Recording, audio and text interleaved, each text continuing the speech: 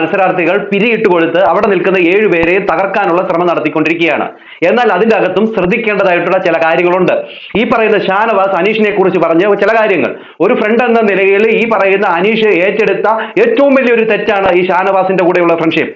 അനീഷിനെ പറ്റിയ ഏറ്റവും വലിയൊരു അബദ്ധം.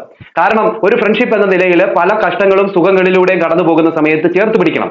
മറ്റൊരുത്തന്റെ മുമ്പിൽ ഒരു ഫ്രണ്ടിനെ ഇട്ടുകൊടുക്കുന്നവൻ ഒരിക്കലും ഒരു ഫ്രണ്ട് അല്ല, അവൻ ഒരു ഫ്രണ്ട്ഷിപ്പ് അർഹിക്കുന്നവനല്ല. ഈ പറയുന്ന മുൻഷി എന്ന് പറയുന്ന പുള്ളിക്കാരൻ വന്ന് ഈ ഷാനവാസിനോട് പല കാര്യങ്ങൾ പറഞ്ഞപ്പോൾ അത് കേട്ടിട്ട് ഈ അനീഷിനെ കുത്താനായിട്ട് ഷാനവാസ് പല കാര്യങ്ങളും എടുത്ത് ഉപയോഗിക്കുന്നു.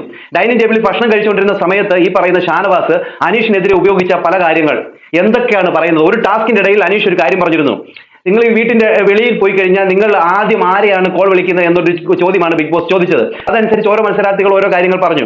അത് പ്രകാരം അനീഷ് പറഞ്ഞത്, ഞാൻ വെളിയിൽ ഇറങ്ങിക്കഴിഞ്ഞാൽ ആദ്യം ഞാൻ വിളിക്കുന്നത് എന്റെ അനിയനെ ആയിരിക്കും, എന്നിട്ട് ഞാൻ ചോദിക്കും എങ്ങനെയുണ്ട് അവിടെ, എനിക്ക് അങ്ങോട്ട് വരാൻ പറ്റുമോ എന്ന രീതിയിൽ ചോദിക്കുമെന്ന് പറഞ്ഞു. അതെന്തോന്ന് വെച്ച് കഴിഞ്ഞാൽ പുള്ളി പറയുന്ന എക്സ്പ്ലനേഷൻ, അനീഷ് പറയുന്ന